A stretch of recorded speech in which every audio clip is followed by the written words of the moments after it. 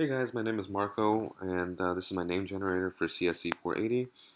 Let me show you it works. Select boy or girl, boy. Select minimum name length, let's go with 6.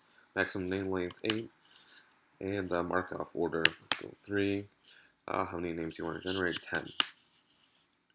Here's the list of names generated. Let's try it for girls. Enter minimum name length 6. Maximum name length 8. Let's go lower order this time, 2. How many names do you want to generate? Same amount, 10.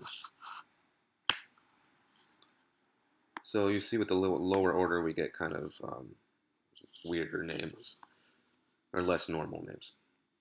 Okay, um, this is my main class. Um, this is a helper method to get the input from the user. Um, and that's all about all that happens here. We use the inputs from the user to build a Markov model down here, and then we list the names. We get the list of names, and we print them out. Okay, so this is where all the magic happens.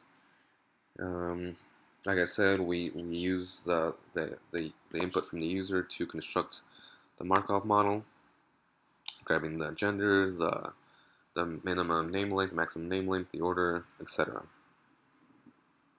This is the method to list the new names. We read the file, create a hash set, and keep creating the names until we reach the number of names required by the user.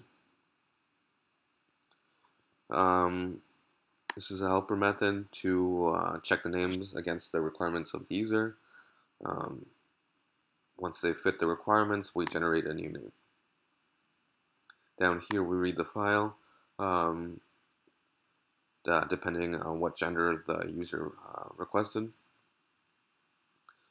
We read the names line by line, and then we make them all lowercase before we parse them. Oh, and we also add them to the list of old names to make sure that they don't repeat. Down here we parse the name, meaning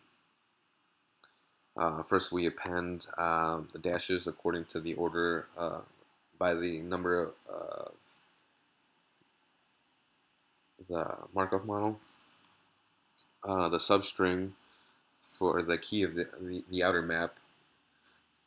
So we build a nested hash map to represent the Markov model. The outer map, the key of the outer map is substring grabbed depending on the length of the substring depends on the order of the model. And then the value is the nested hash map that contains the next letter after that grab substring and the number of times that letter has occurred.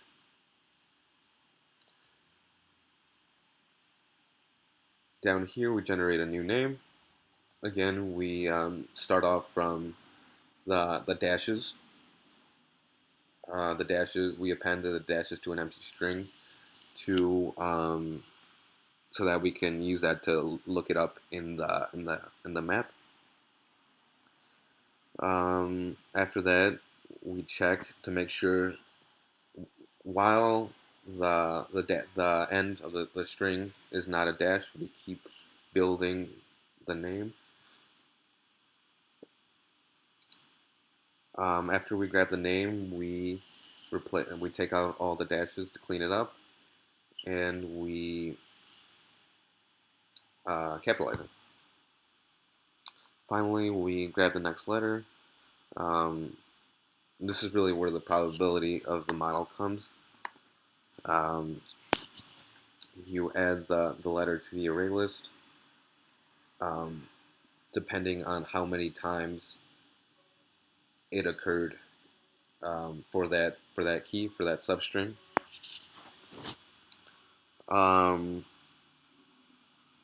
Once you do that, you randomly index into it and return that letter so that you can continue building the name. Okay, that's about it. Thanks for watching, guys.